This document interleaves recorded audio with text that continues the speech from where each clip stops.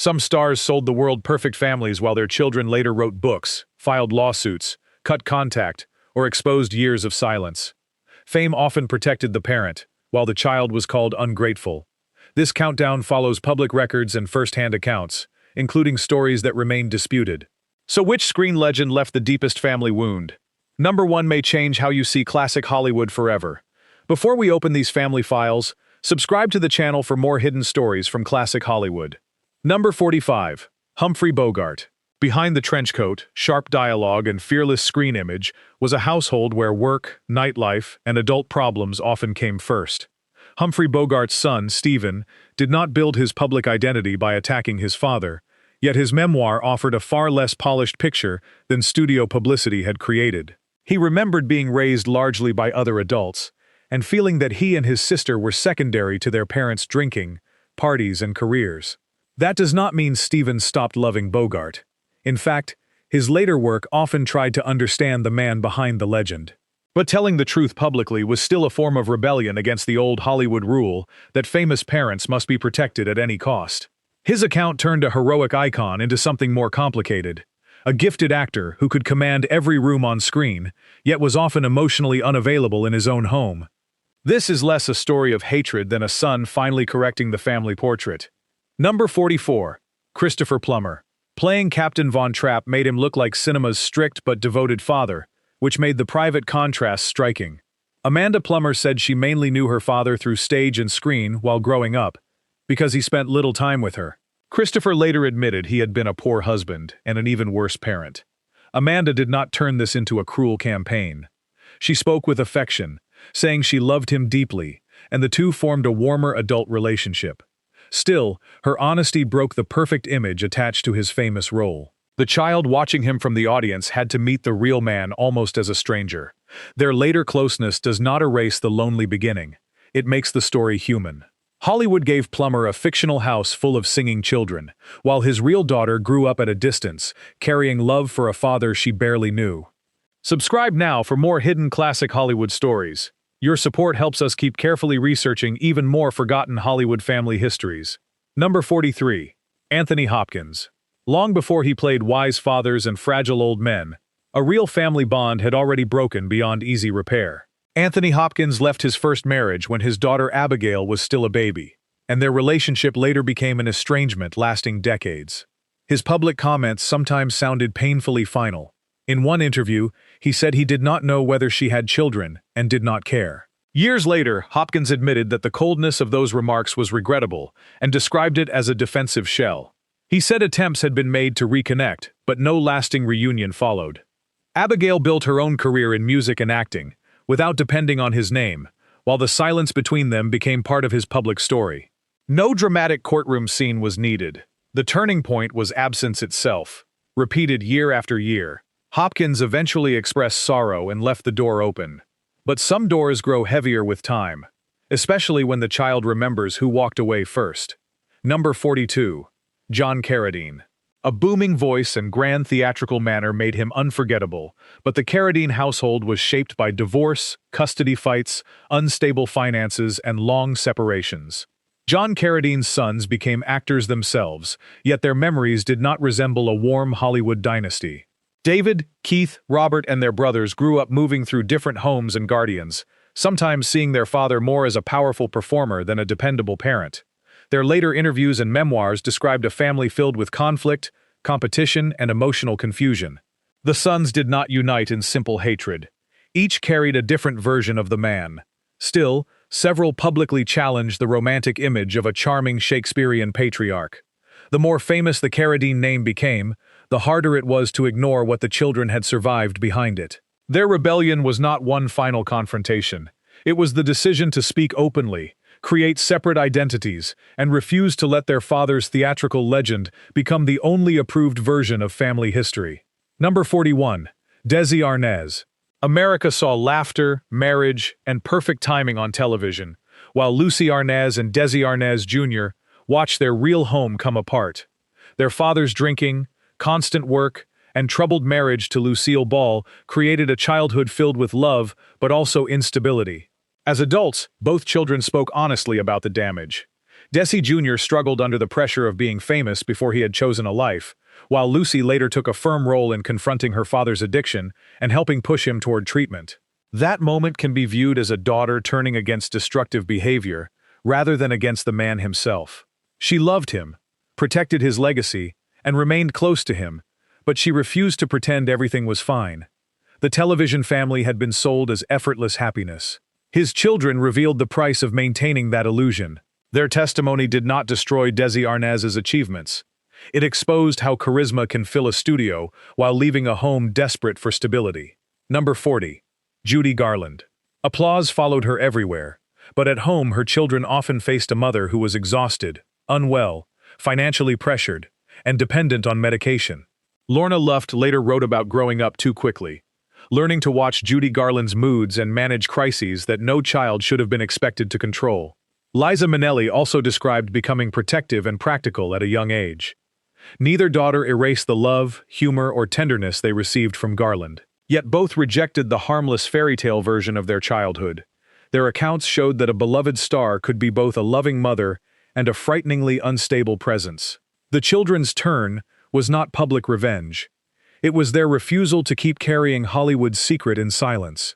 By telling the story, they moved responsibility back where it belonged, to the adults, the studios, the doctors, and the system that kept Garland working.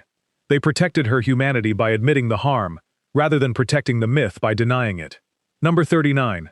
Lana Turner. One of Hollywood's most glamorous homes became the center of a scandal that followed Cheryl Crane for the rest of her life. As a teenager, Cheryl fatally stabbed Lana Turner's boyfriend, Johnny Stompanato, during a violent confrontation in the house. Authorities ruled it justifiable homicide. What followed was not a simple mother-daughter break, but years of pain, institutions, distance, and competing memories. Cheryl later published a memoir describing a childhood marked by her mother's fame, unstable relationships, and long absences. Turner reportedly found parts of that public account painful, and their bond went through tense periods. Yet they also reconciled and remained connected. That complexity matters. Cheryl did not merely expose a famous mother.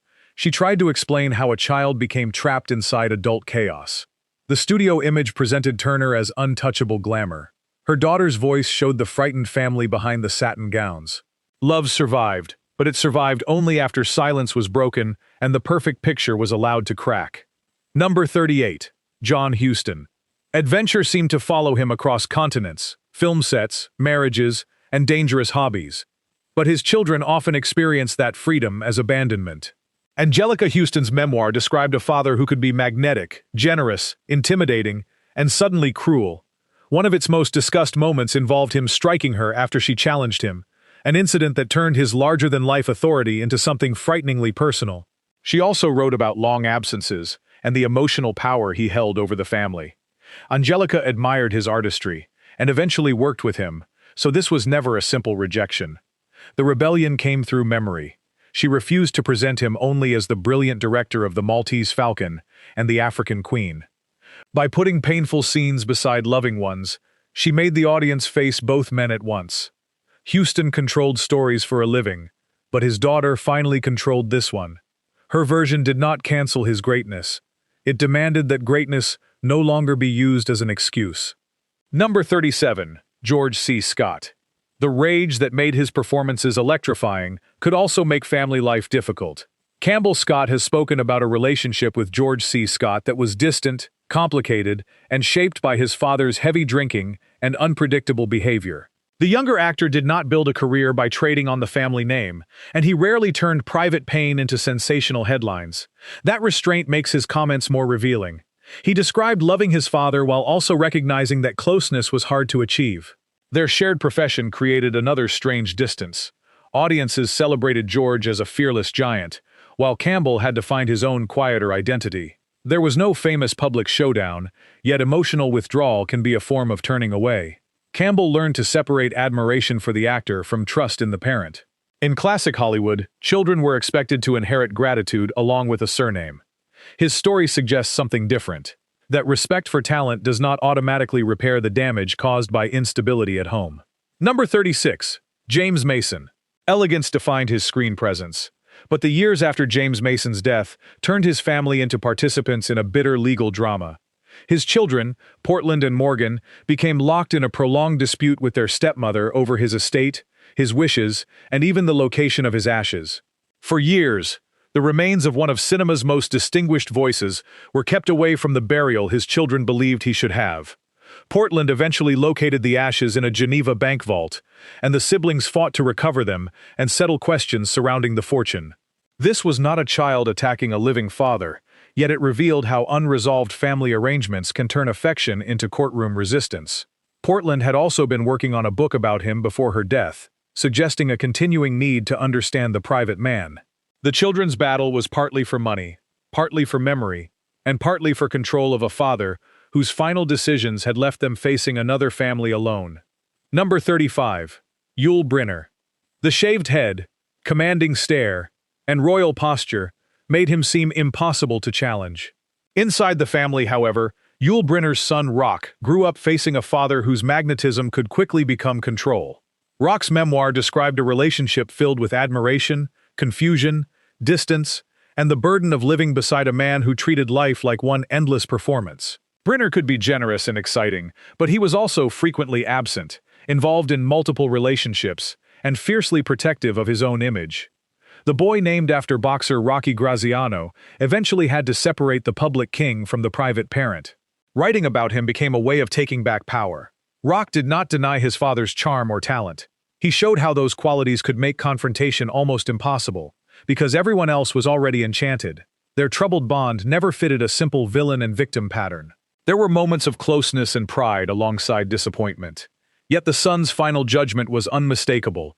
Being loved by a legend could still feel like being managed by one. Once Rock published his memories, Yul Brynner no longer controlled the lighting, the entrance, or the last line. Even the memoir's title, Empire and Odyssey, suggested a childhood spent orbiting a ruler rather than resting beside an ordinary father.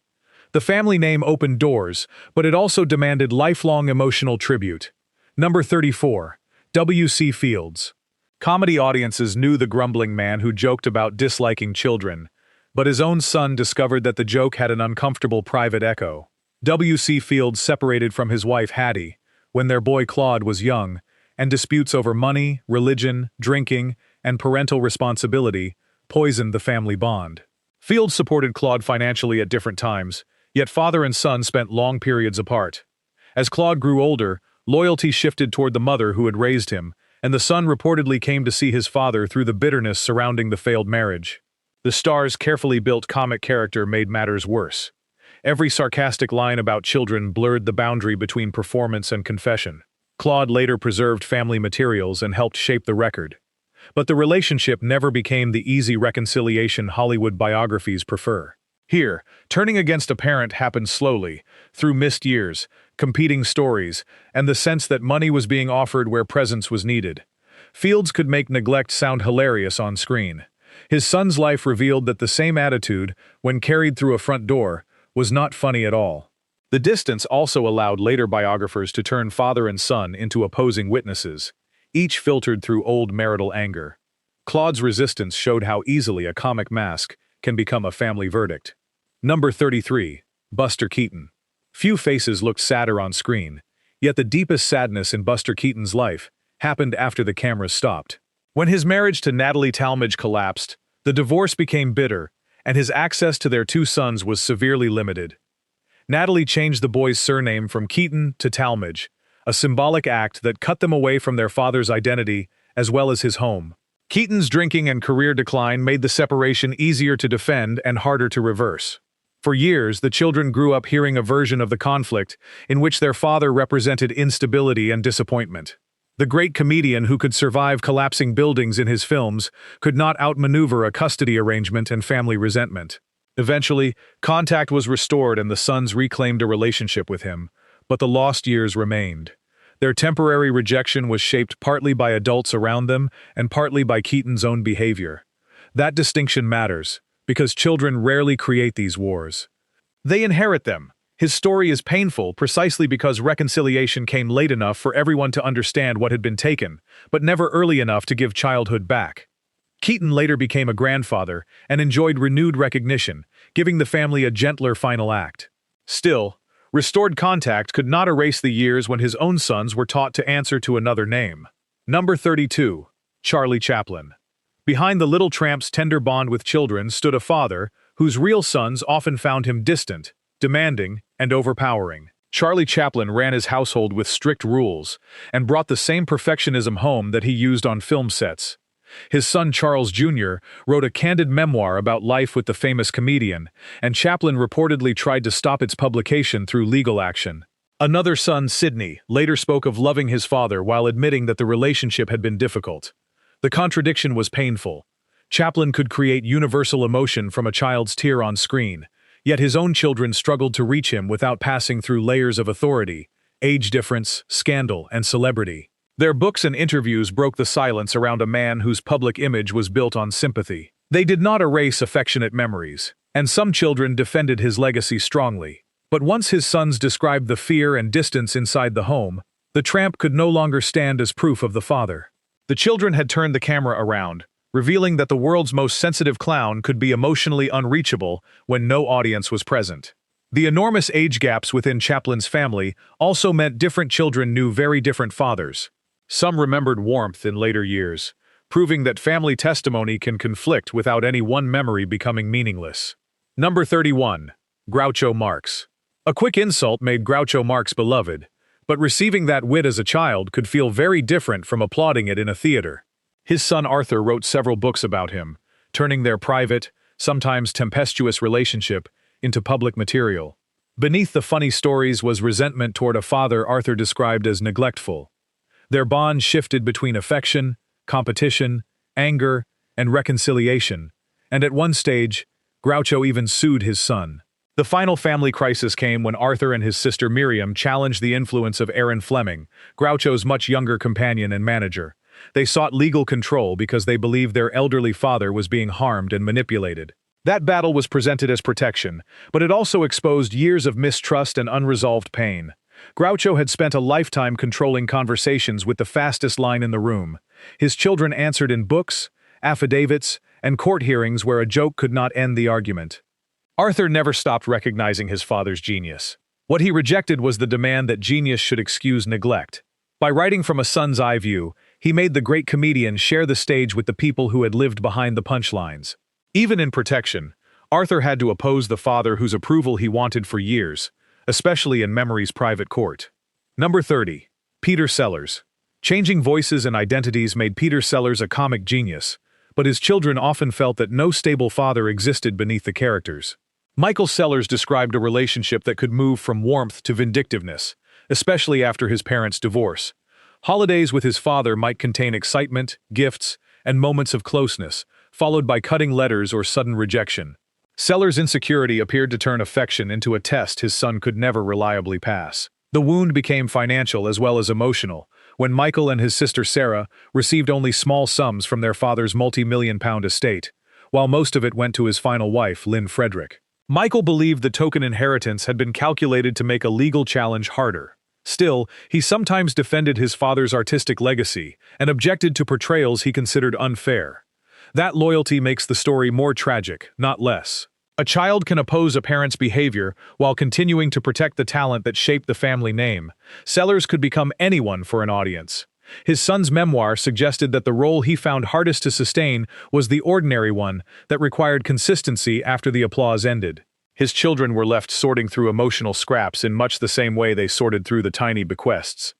The amount mattered because it seemed to place a price on years of unresolved longing. Number 29. Laurence Olivier. On stage, every word was controlled. At home, silence did much of the damage. Laurence Olivier's son Tarquin grew up seeing little of his father after Olivier left his mother, Jill Esmond, and built a new life with Vivien Leigh. The separation placed Tarquin at the edge of a dazzling theatrical world that carried his surname but rarely felt like his home. As an adult, he wrote a memoir about being Olivier's son, describing distance, awkwardness, and the difficulty of earning attention from a man worshipped by an entire profession. Olivier reportedly refused to read the manuscript. That refusal became a perfect symbol of their relationship. The son finally offered his version, and the father would not enter it. Tarquin's account was not a simple attack. It included fascination and affection, yet it rejected the belief that a legendary career automatically made a meaningful parent. The famous voice that could fill the National Theatre had left long, quiet spaces in his child's life. By publishing them, Tarquin turned private absence into evidence. His father's greatness remained, but it no longer occupied the whole frame. Tarquin's life outside acting made the distance even clearer. He was related to the theater's greatest name without belonging to its inner circle. Publishing the book finally let him define inheritance as more than applause and bloodline.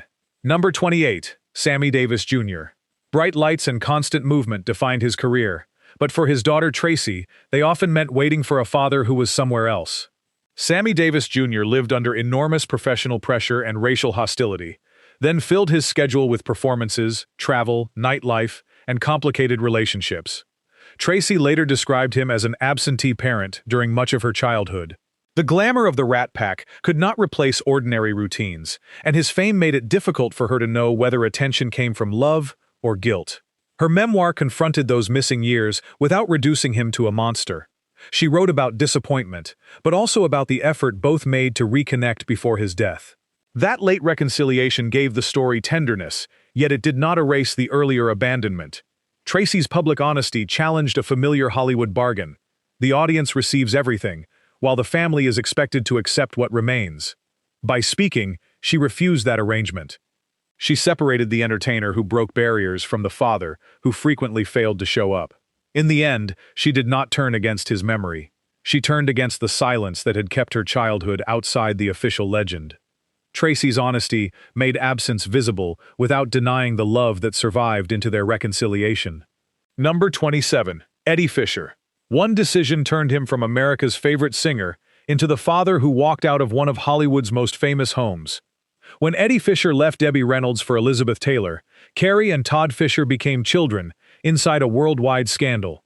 Carrie later said the departure broke her heart and affected the relationships she formed as an adult. Her books and stage work transformed that injury into sharp comedy. But the laughter never hid the accusation.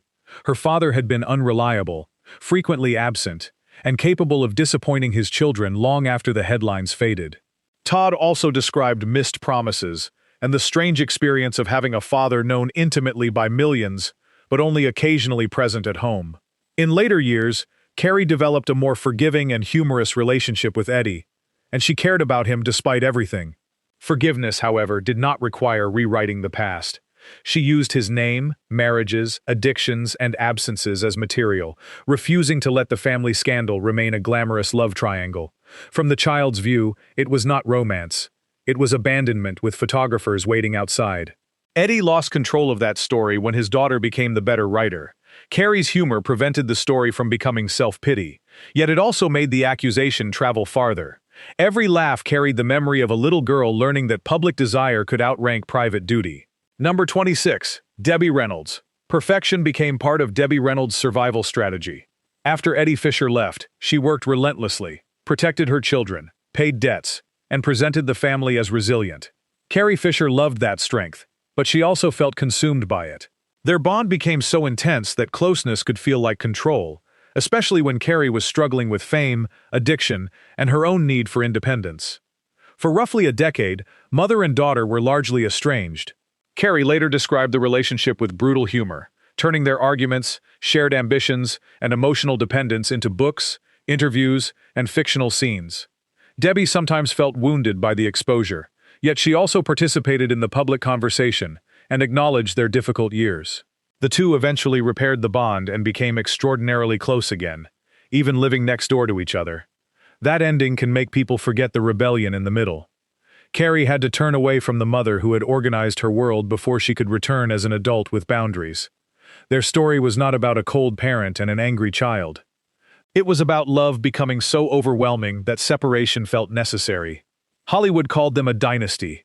For years, Carrie experienced it more like a role she had never auditioned to play. Their final closeness became famous. But it worked, because both women stopped pretending the conflict had never happened. Reconciliation was not a return to the old arrangement. It was a new relationship built after the daughter resisted it.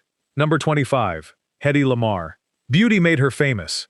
But the most painful challenge to Hedy Lamarr's image came from a son who said he had been pushed outside the family. James Lamar Loder was adopted during her marriage to screenwriter Gene Markey, and later records created confusion over his biological parentage. What is clear is that his relationship with Hetty broke down badly. He said he was sent away while still young, and spent roughly half a century estranged from her. After her death, he challenged her will, arguing that he had been unfairly excluded and seeking a share of the estate. The dispute turned private rejection into a legal question. Was he truly her child in every meaningful sense, and had she deliberately written him out? Other family members contested parts of his account, making the story even more tangled. James eventually reached a settlement, but no court could restore the missing decades. Lamar's public legacy later expanded beyond glamour to include her inventive work in communications. Her son's story adds a harder truth beside those achievements. A person can be misunderstood by the world and still leave a child feeling misunderstood at home. His lawsuit was not only about inheritance, it was a final demand to be recognized. Number 24. Barbara Stanwyck. No courtroom performance could have been colder than the silence between Barbara Stanwyck and her adopted son, Dion. She adopted him during her marriage to Frank Fay, but after the couple separated, the relationship between mother and child became increasingly strained. Dion later said that he was sent to boarding schools and gradually removed from her daily life. By adulthood, contact had almost disappeared. He claimed their final meaningful meeting happened when he was about 20, and later described the experience in devastating terms, saying he felt thrown away. Stanwyck continued building one of Hollywood's most respected careers, known for toughness, discipline, and emotional force. Yet the son carrying her private history remained largely outside that success. Reports suggest she provided some financial help at points, but money did not create reconciliation. They were still estranged when she died, and he was not included in the intimate final chapter of her life. This is one of the clearest examples of a child turning away after believing the parent had turned away first. Dion did not have a glamorous memoir tour or a famous acting career to amplify his side. His simple claim, that he had been discarded, was powerful enough. It placed a permanent shadow beside Stanwyck's image as Hollywood's great survivor. Number 23. John Barrymore. The Barrymore name promised theatrical royalty. Yet John Barrymore's children inherited a family story shaped by absence, addiction, broken marriages, and public humiliation. Diana Barrymore tried to follow him into acting, but her memoir described a father who was more dazzling legend than stable parent. She remembered craving his attention while witnessing the decline that turned his final years into cruel entertainment for the press. John Drew Barrymore also grew up largely without dependable guidance and spent much of his own life fighting the weight of the surname. Their rebellion was not organized, but it appeared in the way both children exposed the damage and struggled to escape the family pattern. Diana's book stripped romance from the great profile, presenting fame as something that could consume everyone nearby. The tragedy is that she still wanted his love. Public criticism often comes from indifference, but the Barrymore children's anger came from longing. They had been given entry into a famous dynasty without being given safety inside it. Later generations, including Drew Barrymore, would speak about breaking cycles that had lasted for decades. John's children were among the first to show why those cycles needed to be broken, even when doing so seemed like betrayal. Number 22. Jackie Gleason. Television viewers knew him as loud, explosive, and larger than life. His daughters knew what happened when that energy disappeared from the house altogether.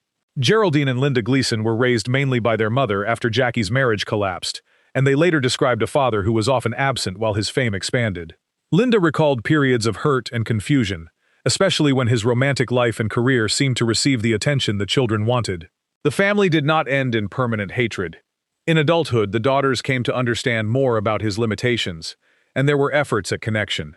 Still, speaking publicly about the absence challenged the affectionate mythology surrounding the Great One. Jackie could create unforgettable television family conflicts that reset by the next episode. His real daughters lived with consequences that did not reset. Their story shows why "turned against" can be too simple a phrase. Children may criticize a parent, withdraw, and still hope for one honest conversation. Linda and Geraldine did not deny his warmth or comic brilliance. They denied that occasional affection was the same as dependable fatherhood. By preserving both truths, they made his legacy more complete and far less comfortable. That absence still mattered. Number 21. Peter Lawford. Privilege surrounded Christopher Kennedy Lawford from birth, but it could not protect him from the instability inside his parents' marriage. Peter Lawford's charm, rat pack friendships, and Kennedy connections created a glamorous surface, while alcohol, drugs, infidelity, and career decline pulled the household apart. After the divorce, Christopher and his sisters moved with their mother, and their father became a troubled, inconsistent figure. Christopher later wrote openly about growing up between two famous families, and about the substance problems that affected both generations. His own addiction began young and lasted for years, and he connected part of that struggle to the world he had inherited. Telling the story meant refusing to keep the Kennedy Lawford image polished. Yet he did not present his father as a simple villain. Peter could be loving, funny, and vulnerable, particularly as his health and status declined. The son's anger existed beside pity. That combination made the memoir more damaging than gossip, because it showed how a child can understand a parent and still reject the life that parent modeled. Christopher eventually built his identity around recovery and public service. In doing so, he turned against the family's silence that had once made self-destruction look sophisticated. Number 20. Peter Falk. A legal fight over Peter Falk's final years transformed a strained father-daughter relationship into a national debate about family rights. His adopted daughter Catherine said she had long experienced a difficult bond with him and an especially tense relationship with his second wife, Shara Denise. When Falk developed dementia, Catherine argued that she was being blocked from seeing him and went to court seeking visitation and information about his condition. The dispute became bitter, public, and expensive. Falk's wife defended her decisions, while Catherine portrayed herself as a daughter shut out from a vulnerable parent. After his death, she continued campaigning for laws that would give relatives greater access to incapacitated loved ones. That activism became known through the Peter Falk Law movement. The story does not offer a clean hero. Old grievances, estate questions, caregiving pressure, and competing claims of protection all became tangled together. But Catherine's decision to sue made one fact impossible to hide. The family had reached a point where love could no longer operate without judges. The actor who played Columbo solved mysteries by noticing what others ignored. His own family conflict left the public asking a question no detective could settle: who was truly protecting him, and who had already stopped trusting whom? Catherine's campaign reached beyond one famous household because many adult children recognized the same fear of being excluded. Her opposition to the caregivers around Falk became a broader argument that family access should not depend entirely on private power. Number 19. Mickey Rooney. More marriages, more children, and more financial chaos meant that Mickey Rooney's family life rarely had a stable center. In his final years, the conflict became openly legal. Rooney accused stepson Christopher Aber of financial mistreatment and obtained court protection, while other relatives disputed accounts of who was caring for him and controlling his money. When he died, his will left his modest estate to another stepson, Mark, while excluding his biological children and estranged wife. Several family members challenged the circumstances and fought over burial plans, turning grief into another public battle. Some of Rooney's children said they had been pushed away or kept from him. Others had long histories of distance created by divorce, work, and old resentments. The star, who had earned enormous sums, was left with an estate reportedly worth only a fraction of what people expected. That made every family argument look like a fight over money, even when the deeper issue was access and recognition. His children did not rise together against him, but the final arrangement showed how fractured the family had become. Rooney spent a lifetime playing energetic survivors. At the end, his own relatives could not agree on who had failed him, or whom he had failed first. Even the dispute over his burial showed how little shared trust survived. A man celebrated as a symbol of endless show business energy left relatives exhausted by the question of who had the right to say goodbye. Number 18. Tony Curtis. 5 children learned about Tony Curtis's final decision in the bluntest language possible. His will said he had intentionally chosen not to provide for them. Jamie Lee Curtis, Kelly Curtis, Alexandra, Allegra, and Benjamin were all excluded, while the estate went largely to his 6th wife, Jill. The disinheritance shocked family members and produced public anger, especially after personal items were sold at auction. Some children questioned whether the plan reflected Tony's true wishes. Others focused less on money than on the final message of rejection. Jamie Lee had already spoken about growing up with an often absent father whose addictions and complicated personal life created distance. Their relationship improved at times, but it never became simple. Tony could be charming, proud, and supportive, then disappear behind another marriage or crisis. The will turned years of emotional inconsistency into a permanent legal document. It told the children that whatever private reconciliation had occurred, they would not share control of his material legacy. Jamie Lee later shaped a career based on honesty about family addiction and recovery, refusing to preserve a flawless Hollywood dynasty. Tony's children did not need to destroy his image. His last instructions had already revealed how divided the family remained. The auction intensified that feeling because objects linked to their father moved to strangers before some relatives had found emotional closure. For the children, inheritance represented belonging as much as wealth, and the will denied both. Number 17. Kirk Douglas. The granite face and forceful voice suggested absolute control, but Kirk Douglas's family lived through long periods when control turned into distance. Michael Douglas has described his father as intimidating, frequently absent, and capable of fierce anger. During childhood, work came first, and the marriage to Diana Dill ended while the boys were young. Michael admired Kirk's ambition, yet felt he had to fight for recognition, first as a son, and later as an actor and producer. Their professional rivalry became part of Hollywood folklore, especially when Michael built a career that eventually matched his father's fame.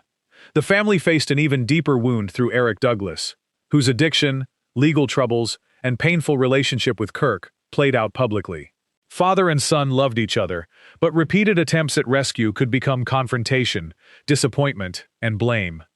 Eric's death left questions that no achievement could answer. In later years, Kirk and Michael grew closer, speaking with affection and respect, but their reconciliation came after decades of emotional work. Michael's honesty changed the official family portrait. He showed that inheriting a powerful name can feel less like receiving a crown and more like entering a lifelong audition. Turning against Kirk was never complete. Challenging his authority was how the sons learned to exist beside it. Number 16. Henry Fonda. Calm, moral authority made Henry Fonda the perfect American father on screen, while Jane and Peter Fonda remembered a man who struggled to express affection and could erupt when emotions threatened his control. After their mother's death, the children were left with grief that the family rarely discussed openly. Jane later wrote about feeling unseen and blamed herself for the emotional emptiness around her. Peter titled his memoir "Don't Tell Dad," a phrase that captured fear, secrecy, and the power Henry held over the household. Political differences later widened the distance, especially as Jane became a controversial activist whose choices embarrassed her conservative father. Professional respect remained, but intimacy was difficult. The painful irony reached its peak with On Golden Pond, a story about an estranged daughter trying to connect with an aging father. Jane bought the project for Henry, and the film became a public version of the conversation they had struggled to hold privately. Before he died, both children found moments of reconciliation. Peter finally heard his father say he loved him. Jane told him she forgave him, and saw him weep. Their resistance had not been pointless. By confronting the silence, they achieved late truths that obedience never could. The late reconciliation remains moving because it was so limited. A few words, tears, and gestures, after a lifetime of restraint. The children received no perfect apology, only proof that the emotion had existed behind the wall. Number 15. Clark Gable. For decades, Judy Lewis was forced to live inside a secret created to protect two famous careers. Her mother, Loretta Young, publicly presented her as adopted, while Clark Gable never acknowledged her as his daughter. Judy grew up noticing the resemblance, hearing whispers, and wondering why adults reacted strangely to her face. She later said Gable visited her only once when she was a teenager.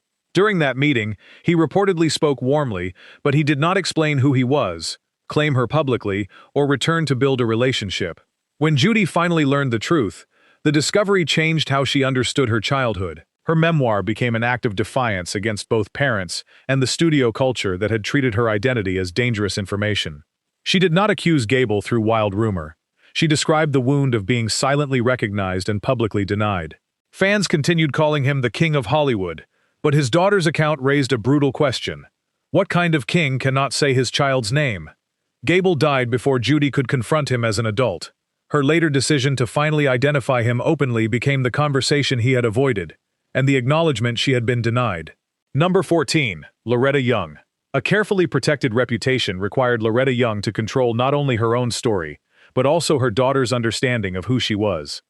Judy Lewis was raised believing she had been adopted, even though Young was her biological mother. The deception was shaped by the moral rules, studio pressure, and power imbalance surrounding Young's relationship with Clark Gable. Yet for the child, The explanation came much later than the damage. Judy remembered teasing about her ears, constant rumors, and a household where questions produced evasions. When she finally confronted her mother, Young confirmed the truth but reportedly demanded continued secrecy. That demand became the breaking point. Judy eventually published Uncommon Knowledge, reclaiming an identity that had been edited for someone else's protection. Mother and daughter experienced periods of estrangement, and Young publicly resisted parts of the account. Years later, the story became even more complex when family members said Young had described the encounter with Gable as non-consensual. That claim cannot be reduced to simple scandal, and Judy's pain should not erase her mother's possible trauma. Still, the daughter had been made to carry the secret. By publishing it, she turned against the system of silence, and against the mother who had required her to live inside it. The conflict therefore sits at the intersection of two injuries: a mother protecting herself after a possibly traumatic event, and a daughter denied the truth of her birth. Compassion for one does not cancel the other. Number 13. Marlene Dietrich. The final collapse of Marlene Dietrich's carefully controlled image did not come from a studio rival. It came from her only child. Maria Riva had spent years serving as companion, assistant, translator, problem solver, and protector to a mother whose demands could dominate every room. After Dietrich's death, Maria published a massive biography built from memories, letters, and family records. The portrait was intimate and often merciless. It described vanity, manipulation, romantic obsession, emotional pressure, and a household organized around the star's needs. Admirers accused Maria of betrayal, asking how a daughter could expose so much. That reaction proved the book's central point. Dietrich's legend had become more protected than the people who maintained it. Maria did not deny her mother's courage, intelligence, wartime work, or hypnotic talent. She showed the price of living close to those qualities when affection was mixed with control. Their bond had never been ordinary, and the daughter's role had often resembled employment. Writing the biography allowed Maria to resign at last. She turned the star's famous gaze back upon itself and refused flattering light. The result did not destroy Dietrich. It made her impossible to worship without also seeing the child who had spent a lifetime holding the mirror. Number 12. Robert Blake. A daughter calling her father by his first name rather than dad can tell an entire family story. Rose Lenore was a baby when her mother, Bonnie Lee Bakley, was killed outside a restaurant. Robert Blake was charged and later acquitted in the criminal case, though a civil jury found him liable for her death. Rose was raised by relatives and did not live with him again. For roughly 14 years, father and daughter had no relationship. The public argued endlessly over Blake's guilt, while the child at the center grew up trying to form an identity separate from the case. As a young adult, she reached out and eventually met him. Their contact continued in a limited, unusual way until his death. But Rose said the bond was difficult to define. She chose not to decide publicly whether he had been responsible, explaining that living inside that question would make her life harder. That decision was its own form of separation. She would not become his defender, prosecutor, or emotional caretaker. Blake spent years insisting on his innocence. His daughter built peace by refusing to let his version, or anyone else's, control her future. Sometimes turning against a parent means declining the role their scandal assigns you. Her careful language was striking, because it denied television the dramatic verdict it wanted. Rose chose boundaries over certainty, allowing contact without surrendering the right to remain emotionally separate from the man at the center. Number 11. Richard Pryor. Pain became Richard Pryor's greatest material, but his children had to live inside experiences that an audience encountered only as stories. Rain Pryor's memoir offered a loving yet unsparing view of a father whose brilliance existed beside drugs, alcohol, paranoia, violence, and repeated absences. She remembered moments of laughter and deep connection, but also the fear and instability surrounding him. Other children entered public disputes over his final marriage, estate plans, and the influence of his wife Jennifer. Litigation began before his death and continued afterward, with family members questioning whether decisions made during serious illness truly represented his wishes. The arguments divided the children from the woman controlling much of his legacy. They also revealed how little trust remained around the comedian's private world. Rain continued celebrating her father's genius, and Elizabeth Storter Pryor later wrote about meeting him only when she was 6 and carrying the complexity of his name into adulthood. These were not children trying to erase him. They were rejecting the idea that his suffering excused what it did to others. Pryor taught audiences to laugh at truths people feared saying aloud. His daughters ultimately used the same method on him, turning family pain into testimony that the legend could not interrupt. Number 10. Zsa Zsa Gabor. Diamonds, husbands, and one-liners kept Zsa Zsa Gabor in the headlines, but her only daughter spent years fighting for something less glamorous: access to her mother. Francesca Hilton's relationship with Zsa Zsa had long been complicated by divorce, money, distance, and the arrival of Zsa Zsa's final husband, Frederick Prinz von Anhalt. As her mother's health declined, Francesca said she was being kept away and questioned how medical care and finances were being managed. She filed for conservatorship, turning private suspicion into a public legal battle. Von Anhalt denied wrongdoing and accused Francesca of seeking control over valuable property. The court conflict became ugly, because both sides claimed to be protecting the same woman. Francesca was eventually granted limited visitation, but the mother-daughter bond never received the peaceful ending she wanted.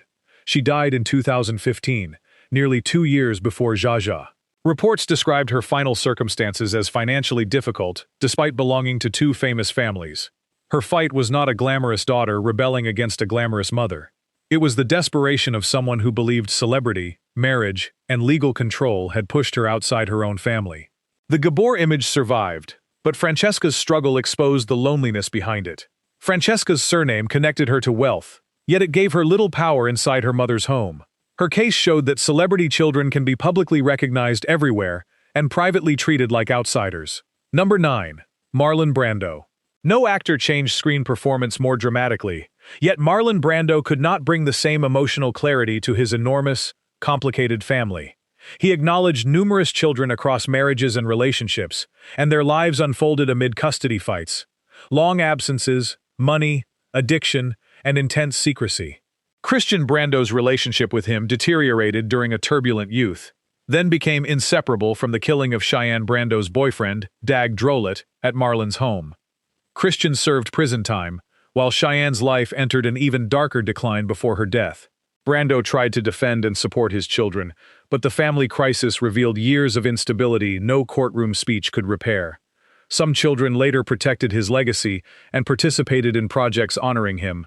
Others remained private or distant. That mixture prevents any easy claim that all of them rejected him.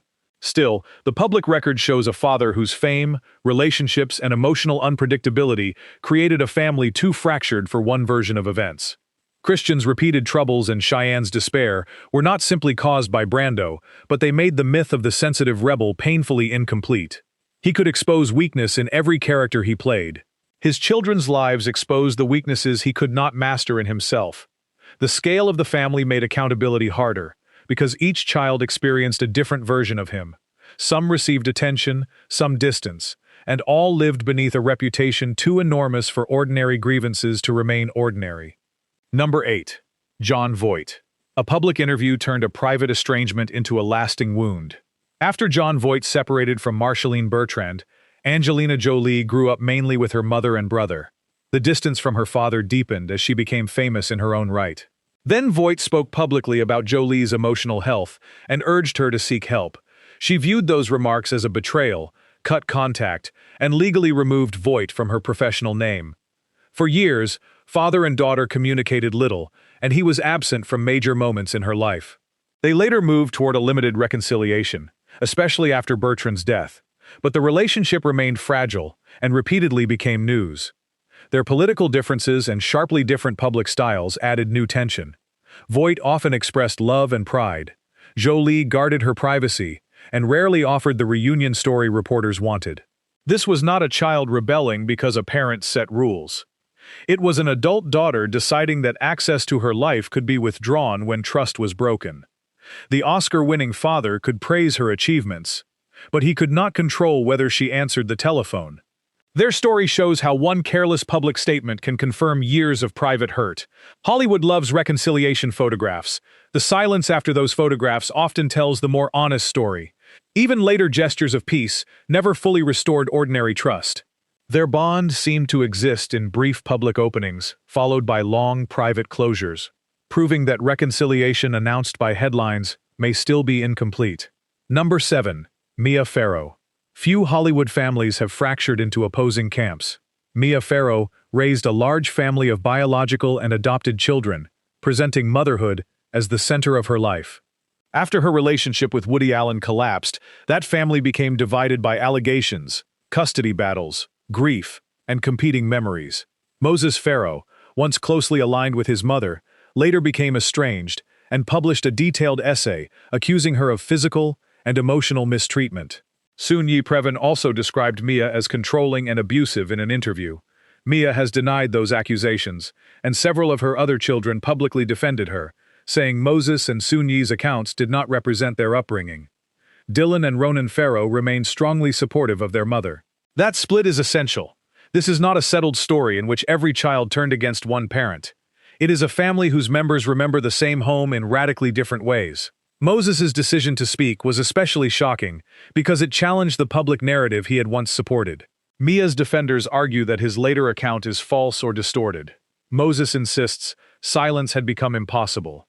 The result is a permanent break in which each side believes it is correcting a dangerous lie. Fame did not merely expose the conflict. It gave every wound an audience and made reconciliation almost impossible.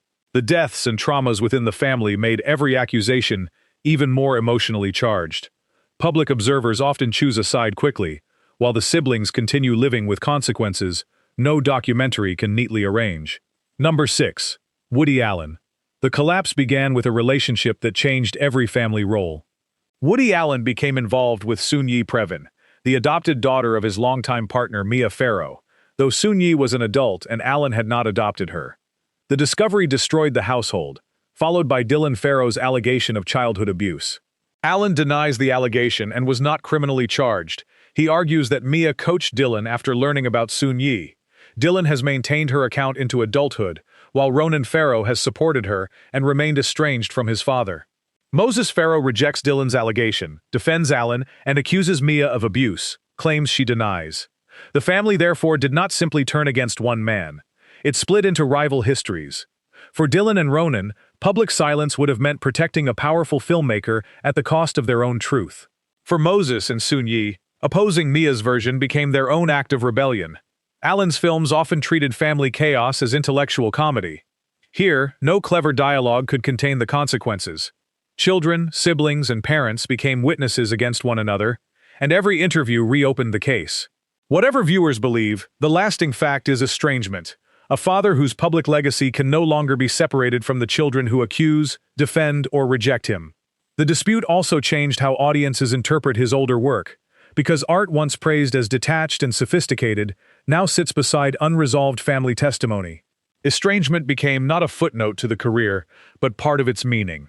Number 5. Ryan O'Neal. Charm made Ryan O'Neal a romantic star, but his children described a home where charm could vanish without warning. Griffin O'Neal publicly accused his father of violence, neglect, drug use, and years of emotional damage. Tatum O'Neal wrote that she had been exposed to dangerous adult situations while still young, and said her father could be jealous, controlling, and abusive.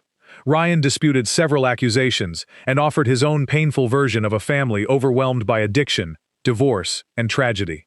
Their conflict became almost impossible to separate from the death of Griffin's brother, the long illness of Farrah Fawcett, and Redmond O'Neal's repeated legal and substance problems. Father and children moved through cycles of reunion, argument, and estrangement. Tatum and Ryan attempted reconciliation publicly, but trust remained fragile. Griffin stayed especially bitter, saying the damage reached across generations. The tragedy was not lack of love. It was love repeatedly mixed with fear, competition, and blame. Ryan helped Tatum enter acting, yet their shared fame turned the relationship into a rivalry the child could never win safely. In Love Story, audiences watched him lose the person he loved. In real life, he spent decades losing and recovering his children in smaller, repeated ways. Their memoirs ensured that his romantic image would always face cross-examination from inside his own family. His death did not create a single family verdict. Some children mourned with tenderness, while old accusations remained public, leaving a legacy in which affection and indictment occupy the same frame. Number 4. Jerry Lewis. The public saw a man devoted to children through charity work. Several of Jerry Lewis's own sons described a far colder private reality. His eldest son, Gary Lewis, said his father was harsh, frightening, and emotionally cruel, while the boys were growing up. Other sons spoke about distance, and the pain created after Jerry left their mother, Patty, and began a new family. The final rejection appeared in his will. He explicitly excluded the 6 sons from his first marriage and their descendants, leaving the main estate to his second wife and naming their daughter as the next beneficiary. One son, Joseph, had died before Jerry, after years of addiction and estrangement. Jerry later expressed regret about not doing more to save him, but the surviving brothers saw a pattern that regret did not erase. Defenders of Lewis point to his enormous charitable impact and say, family stories can be complicated, especially after bitter divorce. Both may be true. A person can help millions and still fail the children at his own table. The Sun's interviews turned the familiar king of comedy story upside down. The man who begged audiences to care about vulnerable children had raised sons who felt unseen by him.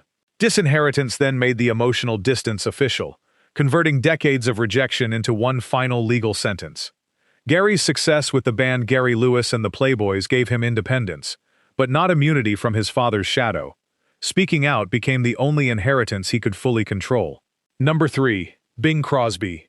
The warm voice behind Holiday Comfort became the center of one of Hollywood's most disputed family reckonings. After Bing Crosby's death, his eldest son Gary published Going My Own Way, describing a childhood ruled by fear, severe discipline, and impossible standards. Gary alleged that his father beat and humiliated him, controlled his weight, and made affection feel conditional on performance. The memoir shocked fans who saw Crosby as America's gentle father. His brothers did not fully agree. Philip strongly rejected Gary's portrait, while Dennis and Lindsay reportedly supported important parts of it. Later accounts suggested the truth may have varied among the children and across different periods of Bing's life. That disagreement must remain part of the story. Gary was also open about his own alcoholism and emotional struggles, and critics questioned whether anger shaped his memories. Yet the book changed Crosby's image permanently, because it offered details only a child inside the house could provide. The family split became almost as important as the allegations. One son accused, another defended, and others stood somewhere between. Bing had mastered the sound of effortless warmth. Gary's rebellion forced audiences to ask whether that warmth ended when the microphone was switched off. No final verdict can make the brothers share one childhood. The dispute also reminds viewers that siblings can experience the same parent differently. Unequal treatment, age, temperament, and memory may produce conflicting truths without automatically proving that one child invented everything. Number 2. Bette Davis. Betrayal arrived in a book with a protective title. Bette Davis's daughter, B.D. Hyman, published My Mother's Keeper while Davis was recovering from serious illness. The memoir portrayed the actress as dominating, difficult, self-centered, and damaging to family life. Davis was devastated. She answered through her own book, This and That, accusing her daughter of cruelty, exaggeration, and religious judgment. Their conflict became a public war, in which both women used publication to seize the final word. Hyman said she was telling the truth about life beneath the legend. Davis believed a daughter she had supported had exploited her weakest moment. The estrangement lasted for the rest of Davis's life. Even family members were divided, and fans treated the dispute like a courtroom drama. What made it especially painful was Davis's screen identity. She had built a career playing powerful women who survived betrayal. Yet this attack came from the child she believed should have protected her. Hyman later continued speaking through a strongly religious lens, while Davis refused reconciliation on those terms. There were no softened final photographs. Mother and daughter died within separate stories, each certain the other had caused the break. Hollywood feuds usually involve rivals. This one cut deeper because the enemy knew every private fear, every weakness, and every room in the house. Davis had survived studio battles by refusing surrender, and Hyman inherited some of that same force. Their similarity may have made compromise harder. Two determined women, each treating reconciliation as defeat. Number 1. Joan Crawford. No memoir changed a Hollywood legend more completely. After Crawford died, her daughter Christina published Mommy Dearest, alleging physical and emotional mistreatment, rigid control, humiliation, and frightening punishment. The book described an image-ruled home where small mistakes triggered extreme reactions and public generosity concealed private fear. Crawford had disinherited Christina and her son Christopher, for reasons she said they knew. The exclusion became the final evidence in Christina's case that the relationship had ended long before death. Yet the account has always been disputed. Crawford's younger daughters, Kathy and Cindy, rejected major parts of Christina's portrayal, and several friends defended Joan. Christopher supported Christina's view, while biographers continued debating details. Those disagreements do not erase its impact. It transformed Crawford from glamorous survivor into a symbol of destructive celebrity parenting and gave language to adult children who felt no one believed them. Critics accused Christina of revenge and profit. She argued that breaking silence was necessary. The film adaptation made the allegations even larger, sometimes turning pain into camp entertainment. Beneath the famous wire hanger scene was a simpler tragedy. Children from the same household could not agree on who their mother had been. Joan controlled her image with unmatched discipline. Christina's book proved that a child's memory could outlive every studio photograph. That unresolved division keeps this case at number one and its legacy painfully alive. Hollywood could hide divorces, addictions, secret children, and broken homes, but it could not control what the next generation remembered. Some of these children reconciled. Others wrote books, entered courtrooms, or simply stopped answering the phone. Their stories do not erase performances. They remind us that talent and parenthood are judged by different standards. Which entry surprised you most? Share your answer below, like the video, subscribe to the channel, and join us for another hidden chapter of classic Hollywood.